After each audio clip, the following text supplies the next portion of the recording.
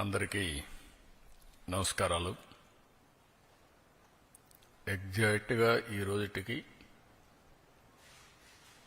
NDA నూతన ప్రభుత్వం వచ్చి 1 సంవత్సరం అవుతుంది. అదే సమయంలో ఇచ్చిన హామీలు ఆ రోజు ఎన్నికల మేనిఫెస్టోలోని చాలా స్పష్టంగా, మేనిఫెస్టోని కాకుండా ప్రచారంలో కూడా చాలా స్పష్టంగా చెప్పాను. అభివృద్ధి, సంక్షేమం, ఎన్డీఏకి 2 కళ్ళు, ఈ 2 కూడా సమాంతరంగా ప్యారలల్గా ముందుకు తీసుకెళ్తామని చాలా స్పష్టంగా హామీ ఇచ్చాం. అదే సమయంలో సంపద సృష్టిస్తాం, ఆదాయాన్ని పెంచుతాం, పెంచిన ఆదాయాన్ని అభివృద్ధికి, సంక్షేమానికి రెంటికి బ్యాలెన్స్ చేసుకుంటూ ఎక్కడ కూడా ఎలాంటి ఇబ్బంది లేకుండా ఈ కార్యక్రమాలు ముందుకు తీసుకుపోతామని చెప్పాం. అయితే రాష్ట్రంలో ఆర్థిక పరిస్థితులు చూసిన తర్వాత చాలామంది నాకు ఎన్నికల ముందు అడిగారు, మీరు వస్తే మీరు కనీసం ఈ రాష్ట్రాన్ని మళ్ళీ టోటల్గా విధ్వంసం జరిగింది, మీరు దీన్ని రివైవ్ చేస్తారని నమ్మకం మీకుందా, మీకు అనుభవం ఉంది, కానీ అఘాతం చూస్తే మాత్రం చాలా లోతుగా ఉంది, మీరు చేయగలుగుతారని అడిగారు. నాకు వేరే ఆప్షన్ లేదు. ఇన్ని సంవత్సరాలు ప్రజలు ఆదరించారు, ఆశీర్వదించారు. కష్టాలకు వచ్చినప్పుడు కాడుపడేయడమో పారిపోవడం కరెక్ట్ కాదు. ఎంత కష్టమైనా చేస్తామనే విధంగా ఆ రోజు చెప్పాను. ఆ డైరెక్షన్లో ముందుకు పోయాం. మేము ఆ రోజు సూపర్ 6 చెప్పాం. ఎన్నికల మేనిఫెస్టో చాలా విషయాలున్నాయి. సూపర్ 6 మేజర్గా హైలైట్ చేశాం. ఆ సూపర్ 6లో అతి కీలకం తల్లికి వందనం. ఆ తల్లికి వందనం ఆ రోజు మేము చెప్పింది చాలా స్పష్టంగా, ఒక ఇంట్లో 2 పిల్లలుంటే ఒకరికే డబ్బులిచ్చి ఒకరికి ఇవ్వకుండా చేస్తే, ఒకరినే ఆ తల్లి చదివిస్తే, లేకుంటే అన్ని విషయాలు చూసుకుంటే అది మంచిది కాదు. ఎంతమంది పిల్లలుంటే అంతమంది పిల్లలకి తల్లికి వందనం వర్తింపజేస్తామని చాలా స్పష్టంగా చెప్పాం. ఈరోజు మీరు చూస్తే 67 లక్షల మందికి దగ్గర 10,091 కోట్ల రూపాయలు టోటల్గా ఖర్చు అవుతుంది. ఇందులో 1,346 కోట్ల రూపాయలు స్కూల్ డెవలప్మెంట్కి వెళ్తుంది. ఇందులో ఏమీ మార్పులు లేవు. ముందు ఏదైతే ఇచ్చారో అమ్మఒడి, అదే గైడ్ లైన్స్ పెట్టి, దానికంటే ఇంప్రూవ్డ్ ఏంటంటే ఎంతమంది పిల్లలుంటే అంతమంది పిల్లలకి ఆ తల్లుల అకౌంట్లో ఆ డబ్బులు వేసే కార్యక్రమానికి శ్రీకారం చుట్టాం. అప్పటికి ఇప్పటికి డిఫరెన్స్ మీరు ఒకసారి చూస్తే, వాళ్ళు 42,61,965 మందికి అమ్మఒడిచ్చారు. ఈ ప్రభుత్వం 67,27,164 మందికి తల్లికి వందనం ఇస్తున్నాం. తేడా 24,65,199. ఆ రోజు వాళ్ళు ఖర్చు పెట్టింది, తల్లులకు అకౌంట్లో వేసింది 5,540 కోట్లు. ఈరోజు మేము అకౌంట్లో వేసేది 8,745 కోట్లు. వ్యత్యాసం 3,205 కోట్లు ఒక్క తల్లికి వందనంలో మాత్రం. అందులో ఈరోజు 1,346 కోట్ల రూపాయలు డెవలప్మెంట్కి వెళ్తుంది. టోటల్గా ఖర్చు పెట్టేది 10,091 కోట్ల రూపాయలు తల్లికి వందనం కింద డెవలప్మెంట్ తల్లుల అకౌంట్కి వెళ్లే పరిస్థితి వస్తుంది. 1వ తరగతి 10వ తరగతి అవి కూడా క్యాలిక్యులేషన్లు తీసుకున్నాం, జీవో ఇష్యూ చేశాం. అడ్మిషన్స్ కాలేదు. అడ్మిషన్స్ అవుతానే వాళ్ళ అకౌంట్ కూడా తల్లుల అకౌంట్కి డబ్బులు వెళ్తుంది. ఇంకొక పక్కన తల్లి లేని పిల్లలకి వారికి తండ్రికి కానీ లేదంటే ఎవరైతే గార్డియన్గా ఉంటారో వాళ్ళ అకౌంట్కి ఇస్తున్నాం. అనాథ పిల్లలుంటే జిల్లా కలెక్టర్ నిర్ధారించినటువంటి పథకం ప్రకారం వాళ్ళ అకౌంట్లో వేసి వాళ్ళకి హెల్ప్ చేస్తాం. ప్రైవేట్ అన్ఎయిడెడ్ పాఠశాల చదివింటే 76,000 మందికి కూడా వర్తింపజేశాం. ఇది కాకుండా ట్రాన్స్పరెన్సీ ఉండాలనే ఉద్దేశంతో ఈ జాబితా సెక్రటరియట్లో గ్రామ వార్డు కార్యాలయాల్లో కూడా పెడతాం. ఎక్కడైనా సరే ఇబ్బందులున్నా లేకుంటే సాంకేతిక సమస్యలున్నా ఇమ్మీడియట్గా రిపోర్ట్ చేస్తే అవన్నీ కరెక్ట్ చేసి మళ్ళీ అలాంటి వారికి కూడా సహాయం చేయడానికి ఫిర్యాదులను తీసుకోవడానికి జూన్ 26 వరకు టైం కూడా పెట్టాం. 30వ తారీఖు తుది జాబితా పెట్టి అక్కడి నుంచి ఇవన్నీ కూడా అమలు చేస్తాం. ఇంకొక పక్కన ఇప్పుడు ఇచ్చింది 2 నుంచి 10వ తరగతి వరకు ఇంటర్మీడియట్ సెకండ్ ఇయర్కి బీసీల్లో చూస్తే 29,82,000 మంది వస్తున్నారు. ఇంకొక పక్క ఎస్సీల్లో 11,76,000 మంది వస్తున్నారు. ఎస్టీలు 4,26,000 మంది వస్తున్నారు. మైనారిటీలు 66,500 వస్తున్నారు. ఈడబ్ల్యూఎస్ విద్యార్థులు 8,44,000 మంది ఎకనామికలీ బ్యాక్వర్డ్ అగ్ర కులాలకు సంబంధించిన వ్యక్తులు వస్తున్నారు. ఒక బిడ్డ 2 గాని 3 గాని 4 కూడా ఇచ్చాం. ఇది మీరు చూస్తే 18,55,760 మంది తల్లులకు ఒకే బిడ్డ వాళ్ళకి యాజ్ ఇట్ ఈజ్ ఇస్తున్నాం. 14,55,322 మంది తల్లులకి 2 బిడ్డలు. ఇది 29,10,644. 2,10,684 మందికి 3 పిల్లలు. ఇది 6,32,052 మందికి ఇస్తున్నాం. 20,053 మందికి 4 పిల్లలు అంటే 80,212 మందికి వీళ్ళకి కూడా ఇస్తున్నాం. ఏ మాట అయితే నేను చెప్పానో ఆ మాట ప్రకారం ఒక పద్ధతి ప్రకారం ఒక మాటలో చెప్పాలంటే ఇది ఒక పాపులేషన్ మేనేజ్మెంట్కి ఒక ముందడుగు. నిన్నే జపాన్లో చూసాం 9 మిలియన్ హౌసెస్ ఆర్ వేకెంట్. ఇంకొక పక్కన ప్రపంచం అంతా కూడా ఏజింగ్ ప్రాబ్లం, రెండోది ఎకానమీ కూడా దెబ్బతినే పరిస్థితి వస్తున్నాయి. మన భారతదేశం మీరు చూస్తే 146 కోట్ల జనాభా, చైనా 130 కంటే తక్కువ ఉంది. అయితే భారతదేశం కూడా రీప్లేస్మెంట్ లెవెల్ లేదు. 2.1 ఫెర్టిలిటీ రేట్ ఉంటే రీప్లేస్మెంట్ అది 1.9కు వచ్చింది. ఆంధ్రప్రదేశ్ అయితే 1.5 ఆ ప్రాంతంకి వచ్చేసాం. సౌత్ ఇండియా మొత్తం ఆ పరిస్థితిలోకి వచ్చాం. అందుకే ఇప్పటికే ఫ్యామిలీ ప్లానింగ్ నుంచి డెమోగ్రఫిక్ మేనేజ్మెంట్ వైపు అడుగులేస్తున్నాం. ఒకప్పుడు 2 పిల్లల కంటే ఎక్కువ ఉంటే స్థానిక సంస్థల్లో పోటీ చేయడానికి అర్హత లేదు. ఇప్పుడు అది తీసేశాం. 2 పిల్లల కంటే తక్కువ ఉంటే పోటీ చేయడానికి అర్హత లేదని కొత్తగా పెట్టాల్సి వస్తుంది. అందులో రెండో స్టెప్ మీరు చూస్తే ఎక్కడికక్కడ ఆఫీసుల్లో కూడా ఒక అనుకూలమైనటువంటి వాతావరణం, చిల్డ్రన్ హోమ్స్ కింద ప్లే ఏరియా కానీ అక్కడ వాళ్ళకి ప్రత్యేకమైన సదుపాయాలు అవన్నిటి కూడా నిర్ణయాలు చేస్తున్నాం. అందులో ఇది ఒక మేజర్.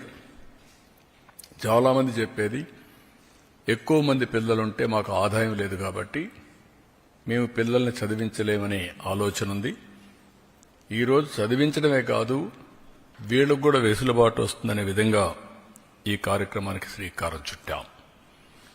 ఈరోజు మీరు చూసినప్పుడు తల్లికి వందనంలో ఇంకా మిగిలిన కార్యక్రమాలన్నిటికి కూడా మీరు చూసినప్పుడు అన్నదాత సుఖీభవ ఏడాదికి మొత్తం 14,000 రూపాయలు ఇస్తా అన్నాం. 6,000 రూపాయలు గవర్నమెంట్ ఆఫ్ ఇండియా ఇస్తుంది. వాళ్ళు ఇచ్చింది 7,500. ఈరోజు తెలుగుదేశం ఇచ్చేది 14,000. వ్యత్యాసం 6,500. తల్లికి వందనం నేను చెప్పాను. అన్నదాత సుఖీభవ ఇచ్చింది మీకు చెప్పాను. దీపం 3 సిలిండర్లు వాళ్ళు ఏమీ ఇవ్వలేదు.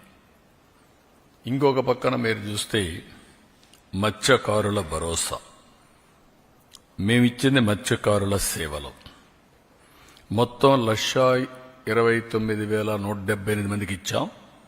259 కోట్లు. వాళ్ళు ఇచ్చింది 1,09,231 109 కోట్లు. వ్యత్యాసం 150 కోట్లు అదనం. 19,947 మంది అదనంగా ఇస్తున్నాం. ఇది కాకుండా ఈరోజు ఎన్టీఆర్ భరోసా ఇది చూస్తే వాళ్ళు ఇచ్చింది మొత్తం 21,630 కోట్లు సంవత్సరానికి. మేము ఇప్పటికి ఇచ్చింది 34,000 కోట్లు ఒక్క సంవత్సరంలో. వ్యత్యాసం 12,370 కోట్లు.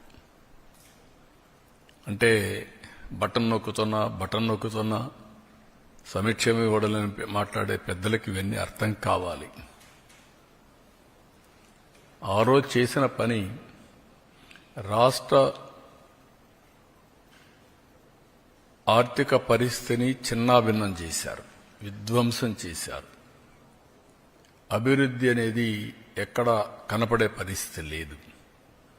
కడాన ఏ పరిస్థితికి వచ్చామంటే విశ్వసనీయత పోయిన తర్వాత ప్రొహిబిషన్ గురించి మాట్లాడిన పెద్దలు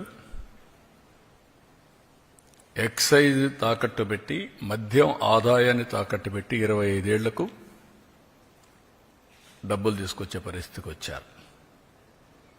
ఇంకొక పక్క ఎంఆర్ఓ ఆఫీసుల్ని హాస్పిటల్స్ని ఇవి తాకట్టు పెట్టి అప్పులు చేసే పరిస్థితికి వచ్చారు. నెలవారీగా జీతాలు ఇవ్వాల, పెన్షన్లు ఇవ్వాల. రిటైర్డ్ పీపుల్కి ఎవరికి జీతాలు రాని పరిస్థితి. ఎప్పుడు వస్తుందో ఎప్పుడు రాదో టెన్షన్లో బతికిన పరిస్థితి. ఈరోజు ఒక పద్ధతి ప్రకారం 94 సెంట్రల్ స్పాన్సర్ స్కీమ్స్లో 94 కూడా డీఫంక్ట్ చేసిన ఘనత. ఇవన్నీ కూడా ఆర్థిక వ్యవస్థ నిర్వీర్యం చేయడానికి పనికొచ్చాయి, అస్తవ్యస్తమైపోవడానికి పనికొచ్చాయి. ఈరోజు అన్నా క్యాంటీన్ మీరు చూస్తే మొత్తం 204 పెట్టాం. 2 కోట్ల మందికి ఇప్పటికీ అన్నా క్యాంటీన్లో భోజనం ఏర్పాటు చేసే పరిస్థితికి వచ్చాం. 4 కోట్ల భోజనాలు. 21 టెంపుల్స్లో అన్నప్రసాదం ఉచితంగా పెడుతున్నాం. ఇవన్నీ కూడా ఒక సుపరిపాలనతో సాధ్యం. ఆ సుపరిపాలనలో కూడా మొదటి అడుగు. అదే మరిగా మేము దీంట్లో మీరు చూసినప్పుడు చాలా స్పష్టంగా నేను అనేకసార్లు చెప్పాను. వీలైనంత వరకు అన్ని కూడా మేము అనుకున్నట్టుని చేస్తూనే ఒక స్పష్టమైన వైఖరితో భవిష్యత్తులో ముందుకు పోయే కార్యక్రమానికి శ్రీకారం చుట్టాం. 20 లక్షల మంది యువతకు ఉద్యోగాలు ఇవ్వడానికి ఇప్పటికే 9,50,000 కోట్ల రూపాయల పెట్టుబడులు, 8,50,000 మందికి ఉద్యోగాలు, ఇంకా మిగిలినట్టు కూడా ఏమేం చేయాలన్నీ వర్కౌట్ చేస్తున్నాం. లోకేష్ గారి ఆధ్వర్యంలో ఆయన చైర్మన్గా ఎంప్లాయ్మెంట్ జనరేషన్ ఇన్వెస్ట్మెంట్ ప్రమోషన్ ఈ కార్యక్రమాన్ని కూడా కన్సర్న్ మినిస్టర్స్ తో వర్కౌట్ చేస్తున్నారు. అదే మరిగా వారికి నిరుద్యోగ భృతి కూడా, అంటే ఈ 2 లింక్ చేసి ఏ విధంగా చేయాలి, వాళ్ళ స్కిల్ డెవలప్మెంట్ ఎట్లా చేయాలి, వర్క్ ఫ్రమ్ హోమ్ ఇవన్నీ కూడా ఎట్లా తీసుకుపోవాలనో అవి కూడా వర్కౌట్ చేస్తున్నాం. ఫైనల్గా ఏవైతే చెప్పామో అన్నీ కూడా ఆడబిడ్డ నిధిని P4కి లింక్ చేస్తున్నాం. ఎందుకంటే అన్ని యూనిఫామ్గా అందరికి ఇస్తున్నాం. ఇంకా పేదరికం ఉంది. పేదరికంలో నిరుపేదలున్నారు. అలాంటి కుటుంబాలని ఆర్థికంగా పైకి తేవడం కోసం వినూత్నమైన కార్యక్రమాన్ని P4 తీసుకొచ్చాం. ఫస్ట్ ఫేజ్ జీరో పావర్టీ, ఆ తర్వాత ఆర్థిక అసమానతలు తగ్గించి మెరుగైన జీవన ప్రమాణాలు. అందులో భాగంగా ఆడబిడ్డ అనేది P4కి అనుసంధానం చేసి దాన్ని కూడా ముందుకు తీసుకెళ్తాం. వాళ్ళు పెట్టే డబ్బులే కాకుండా మనం ఇచ్చే సంక్షేమ కార్యక్రమాలే కాకుండా అదనంగా ఇది కూడా కొంత డబ్బులు ఇచ్చి దాన్ని అవసరం మేరకు వాళ్ళని కూడా పైకి తీసుకొచ్చే కార్యక్రమాన్ని చేస్తాం. అల్టిమేట్గా రాష్ట్రంలో మెరుగైన జీవన ప్రమాణాలు అందించాలనేది తెలుగుదేశం పార్టీ యొక్క, అదే మరి ఎన్డీఏ యొక్క ఆశయం. ఆ ఆశయానికి అనుగుణంగా సంక్షేమం, అభివృద్ధి రెండు ప్యారలల్గా చెప్పిన హామీలు నిలబెట్టుకోవడానికి ఇబ్బందులు చాలా ఉన్నాయి. ఇబ్బందులుంటే ఇబ్బందులను అధిగమించడానికి ప్రయత్నం చేస్తూ ఉంటే రాక్షసుల మారిగా రాష్ట్రాన్ని అతలాకుతలం చేయాలని, ఎక్కడికక్కడ లా అండ్ ఆర్డర్ సమస్యలు క్రియేట్ చేయాలని, ప్రజలకు ఇబ్బందులు కలిగించాలని అనేకమైనటువంటి, నేను ఎప్పుడూ నా రాజకీయ జీవితంలో చూడనటువంటి విన్యాసాలు, చూడనటువంటి అకృత్యాలు చేసే పరిస్థితికి వస్తున్నారు. ఇది మంచిది కాదు. ఈరోజు ఈ ప్రభుత్వానికి స్పష్టత ఉంది. ఇబ్బందులున్నాయి. ఆ రోజు కూడా చెప్పా. కొన్ని ఇబ్బందులు కొంత సమయంలో ఎక్కడికక్కడ పరిష్కారం చేయగలుగుతాం. కొన్ని ఇబ్బందులు మీరు చూస్తే గంజాయి, డ్రగ్స్, అడిక్ట్ అయిన వ్యక్తి మార్చడం అంత ఈజీ కాదు. అది అతనికి ఒక అబ్సెషన్, అంతే, పిచ్చిపడుతుంది. అలాంటి వాళ్ళు నేరాలు ఘోరాలు చేసే పరిస్థితి, వాళ్లకు అండగా ఉండే పరిస్థితిలో ఈ వైఎస్ఆర్ కాంగ్రెస్ పార్టీ ఉంది. ఇప్పుడు అవన్నీ నేను తర్వాత మాట్లాడతా. ఈరోజు ముఖ్యంగా ఇచ్చిన హామీలు నిలబెడుతున్నాం. కష్టమైన నష్టమైన ఇవి చేస్తూనే రాష్ట్ర ఆర్థిక పరిస్థితిని మెరుగుపరచడానికి మేము చెప్పిన హామీ ప్రకారం సమతుల్యం పాటిస్తూ ముందుకు తీసుకుపోవడానికి అన్ని విధాల ప్రయత్నం చేస్తున్నాం. ఇది తొలి అడుగు మాత్రమే. ఈ తొలి అడుగు తర్వాత ఇంకా దీన్ని ఏ విధంగా మనం ముందుకు తీసుకుపోవడానికి చేస్తాం. సాయంత్రం మీటింగ్ ఉంది, అక్కడ సమీక్ష చేసుకుంటాం. అక్కడ మీరందరూ ఉంటారు కాబట్టి అప్పుడు మీ అందరికి కూడా తగిన సమాచారం రిమైనింగ్ అంతా ఇస్తాం. With this I'm thanking all of you. Thank you one and all. ఇది జీవో ఇష్యూ. ఇప్పుడు నేను జీవోలు లోకేష్ గారికి హ్యాండ్ ఓవర్ చేస్తున్నాను. మీకు ఇవ్వాలి, మీది కాదు, మేము డబ్బులు ఇచ్చేది మేము, మీరు కాదు. మీరు అమలు చేసేది మీరు.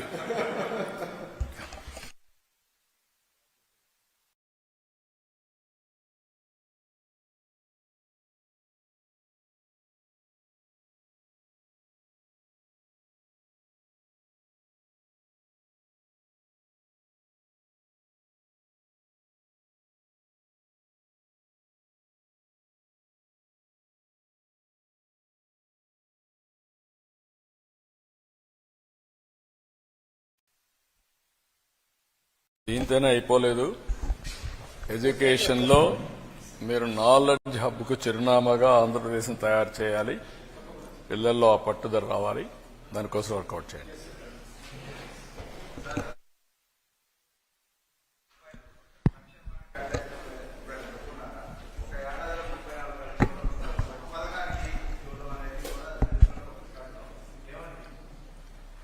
మీరు భారతదేశ చరిత్రలో మీరు ఒక్కసారి ఆలోచిస్తే 34,000 కోట్ల రూపాయలు ఒక ప్రోగ్రాంకి ఇచ్చే ఏకైక కార్యక్రమం ఎన్టీఆర్ భరోసా. ఇచ్చేది కాదు, ఇచ్చింది. 24-25కి 34,000 కోట్ల రూపాయలు ఇచ్చాం. నేను పెంచిన పింఛను ఏప్రిల్ నుంచి ఇస్తానని బకాయిలతో సహా ఏప్రిల్ నుంచి పింఛన్లు ఇచ్చి ఈరోజు చరిత్రలో మీరు చూస్తే 3,000 నుంచి 4,000 ఒకేసారి పెంచాం. విడతలు కాదు. సంవత్సరం నేను పెంచుకుంటూ పోతాను కాదు, ఒకేసారి పెంచడం. 2, 500 రూపాయల నుంచి 3,000 రూపాయలు దివ్యాంగులకు చేశాను. 3,000 నుంచి 6,000 చేశాను. అంటే ఎన్ని రెట్లు? 12 రెట్లు. That is our commitment. Kidney patients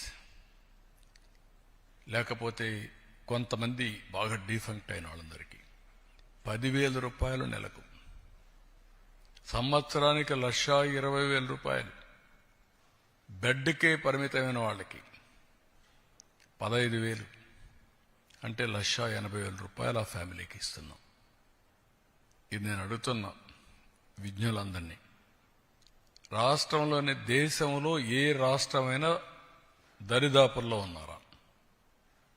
that is our commitment. There is no second thoughts. అందుకే ఒక సాటిస్ఫాక్షన్. పేరు కూడా పేదల సేవలో పెట్టి ఎక్కడ కూడా అజాగ్రత్త లేకుండా మొదలు తారీఖున ఇంటింటికెళ్ళి వాళ్ళు ఎక్కడుంటే హాస్పిటల్లో ఉంటే హాస్పిటల్లో, నరేగా పనులు చేసుకుంటే అక్కడ, బంధువులింట్లో వీళ్ళకి ఇవ్వడం, ఏదైనా ఓల్డేజ్ హోమ్లో ఉంటే అక్కడ కూడా తీసుకుపోవడం. అంటే ఎక్కడ ఉంటే అక్కడ తీసుకుపోయి డబ్బులు ఇవ్వడం అనేది. ఒకప్పుడు అన్నారు మా దగ్గర వాలంటీర్లు ఉన్నారు, అది లేకపోతే కాదని. ఎలక్షన్ ముందు మనం విన్యాసాలు చూసాం. ఈరోజు సుజావుగా ఎక్కడ డిస్టర్బెన్స్ లేకుండా టెక్నాలజీ ఆడిటింగ్ చేసి మళ్ళా IVRS పంపించి సాటిస్ఫాక్షన్ 85 నుంచి 90%. ఒకరిద్దరు డబ్బులు తీసుకున్న వైఎస్ఆర్ కాంగ్రెస్ పార్టీ ఓట్లో లేకుంటే ఇంకోటి ఉండొచ్చు, కానీ అట్మోస్ట్ సిన్సియర్గా వాళ్ళు హ్యాండ్ ఓవర్ చేసి వాళ్ళకి ఇచ్చిన డబ్బులు కూడా మర్యాదపూర్వకంగా దానికి కూడా తెప్పిస్తున్నాం. ఏదో డబ్బులు ఇస్తున్నామని వాళ్ళని తక్కువ చూడొద్దండి, గౌరవప్రదంగా ఇవ్వాలి అనేది కూడా చేసే పరిస్థితికి వచ్చాం. That is our commitment. ముందు రోజు ఇస్తున్నాం. సెలవు అయితే 1 డే ముందు. ఎప్పుడో జరిగాయండి ఇవన్నీ. That is our commitment. ఆ కమిట్మెంట్ నెరవేరుస్తున్నాం. మీరు చెప్పినట్టు ఒక ప్రోగ్రాంలో ఒక రోజు 10,000 కోట్లు, 67 లక్షల మంది పిల్లలకి. అయితే ఈ డబ్బులు కూడా మనం ఇచ్చేది ప్రజలు కూడా ఆలోచించుకోవాల్సిన అవసరం ఉంది. ఈ డబ్బుల్ని ఏదో వచ్చింది కాబట్టి ఖర్చు పెట్టేద్దామని కాకుండా, నేను ఏదైతే మాట్లాడుతున్నానో మీరు శాశ్వతంగా పేదరికం నుంచి పైకి రావడమే కాకుండా ఆర్థిక పరిస్థితులు మెరుగుపరుచుకొని మీరు కూడా బెటర్ లివింగ్ స్టాండర్డ్స్కి రావాలి. దాన్ని కూడా గైడ్ చేస్తాం. వెల్ఫేర్ అనేది ఎంపవర్మెంట్కి దారితీయాలి. అంతేగాని వెల్ఫేర్ అనేది ఎప్పటికీ ఆధారపడే పరిస్థితి రాకూడదు. అలాంటి దానికోసం శ్రీకారం చుడతాం. Will work it out how to guide them.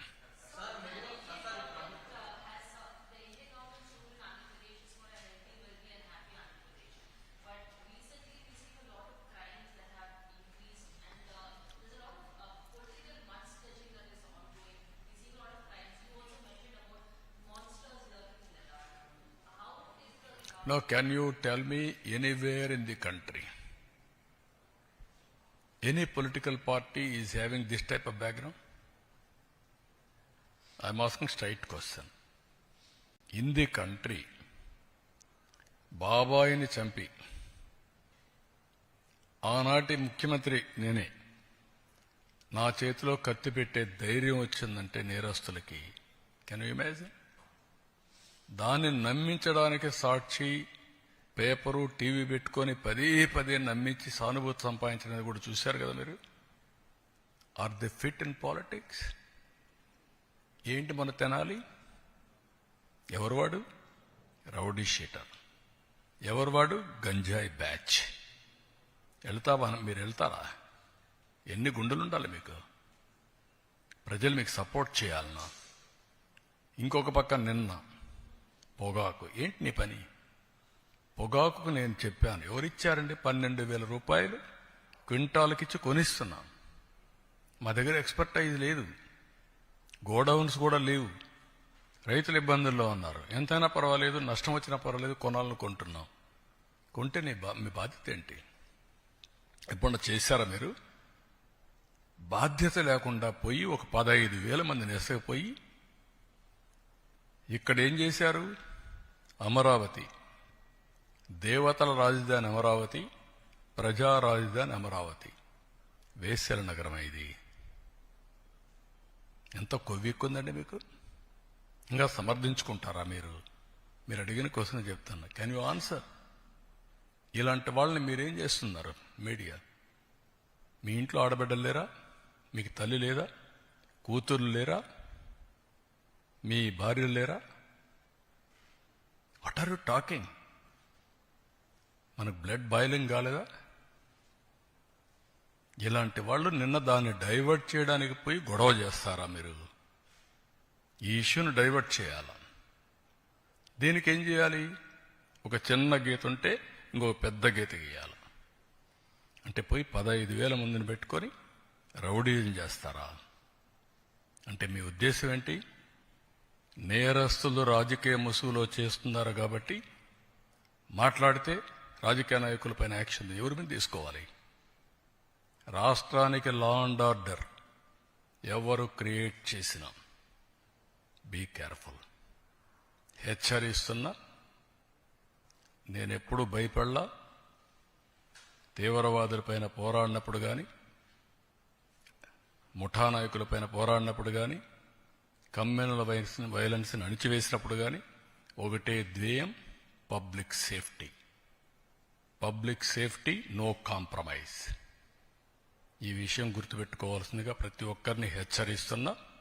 గట్టిగా కూడా చెప్తున్నా. ఎన్నోసార్లు చెప్పా, చేసి చూపిస్తా.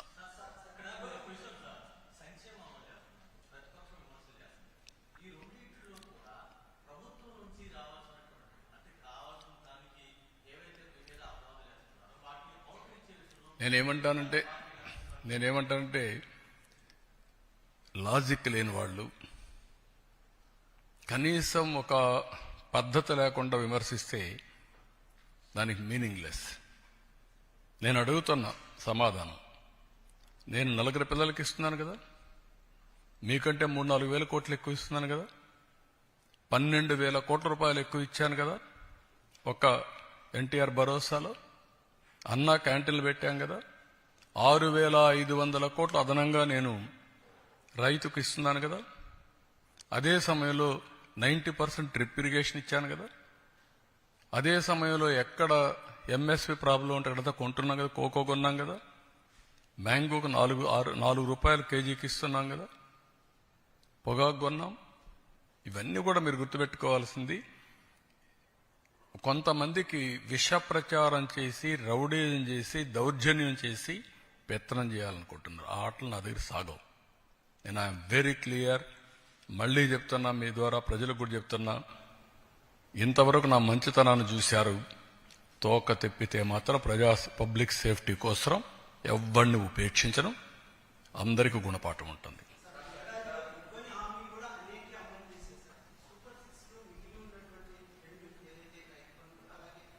రైతు బంధుని చెప్తాను.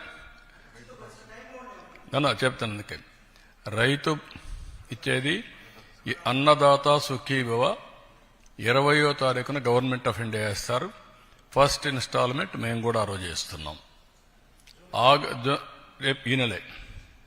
రెండోది ఆగస్టు 15న ఆర్టీసీ ఉచిత ప్రయాణ సౌకర్యం కూడా ఉంటుంది. ప్రిపరేషన్స్ అవుతున్నాయి. ఆ రోజు లాంచ్ చేస్తున్నాం. ఆడబిడ్డనిది P4కి లింక్ చేశాం. ఉద్యోగాలు పెద్ద ఎత్తున ప్రయత్నం చేస్తున్నాం. స్కిల్ డెవలప్మెంట్కి కానీ నిరుద్యోగులుంది లింక్ చేస్తాం. కాబట్టి 6 సూపర్ 6 అయిపోయినాయి. గుర్తుపెట్టుకోండి. ఇంకెవడన్నా సూపర్ 6 మాట్లాడితే అతనికి నాలుక మందం తప్ప ఇంకోటి కాదు.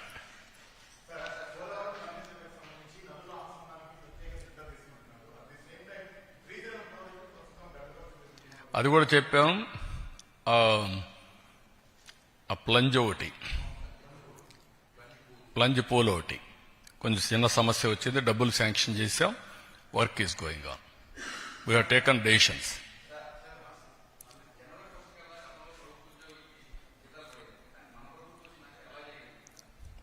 నేను ఒకటి కాదు, మీరు గుర్తుపెట్టుకోవాల్సింది ఇబ్బందులు చాలా ఉన్నాయి. దిగమింగి అనునిత్యం రోజుకు 1 గంట అయినా నేను ఫైనాన్స్లో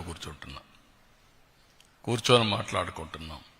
ఏ విధంగా చేయాలని అన్నీ ఆలోచిస్తున్నాం. అది కూడా ఒక రైట్ టైంలో మీతో మాట్లాడతాను. ఒక 11 సీట్లతో బుద్ధి చెప్పిన తర్వాత కూడా బుద్ధి మారకుండా ఏ విధంగా వీళ్ళు అడ్డపడుతున్నారో రైట్ టైంలో I will place before you with documentary evidence. అది ప్రజాద్రోహం. నేను ఆస్తులు తాకట్టు పెట్టడంలా, మద్యం ఆదాయాన్ని తాకట్టు పెట్టడంలా, కానీ ఒక క్రెడిబిలిటీతో ఎక్కడ కూడా సంక్షేమం ఆగకూడదు, అభివృద్ధి ఆగితే ఆదాయం తగ్గిపోతుంది, రెండు బ్యాలెన్స్ చేయడానికి సమాంతరంగా తీసుకుపోతున్నా. దాని మీద ఎన్ని ఆటలాడాలన్నీ ఆడుతున్నారు. రైట్ టైంలో మీకు చెప్తున్నా. ఈరోజు అందుకనే జీతాలే కాకుండా పెన్షన్లు కూడా రైట్ టైంలో ఇస్తూ అందరినీ ఎక్కడికక్కడ చెప్పిన హామీలు ఎవరికి ఏ ఇబ్బంది లేకుండా చేస్తున్నాం. ఈవెన్ ఇన్ఫ్లేషన్ కూడా మనది లోయెస్ట్. మీరు ఆ విషయం కూడా గుర్తుపెట్టుకోవాలి. Thank you.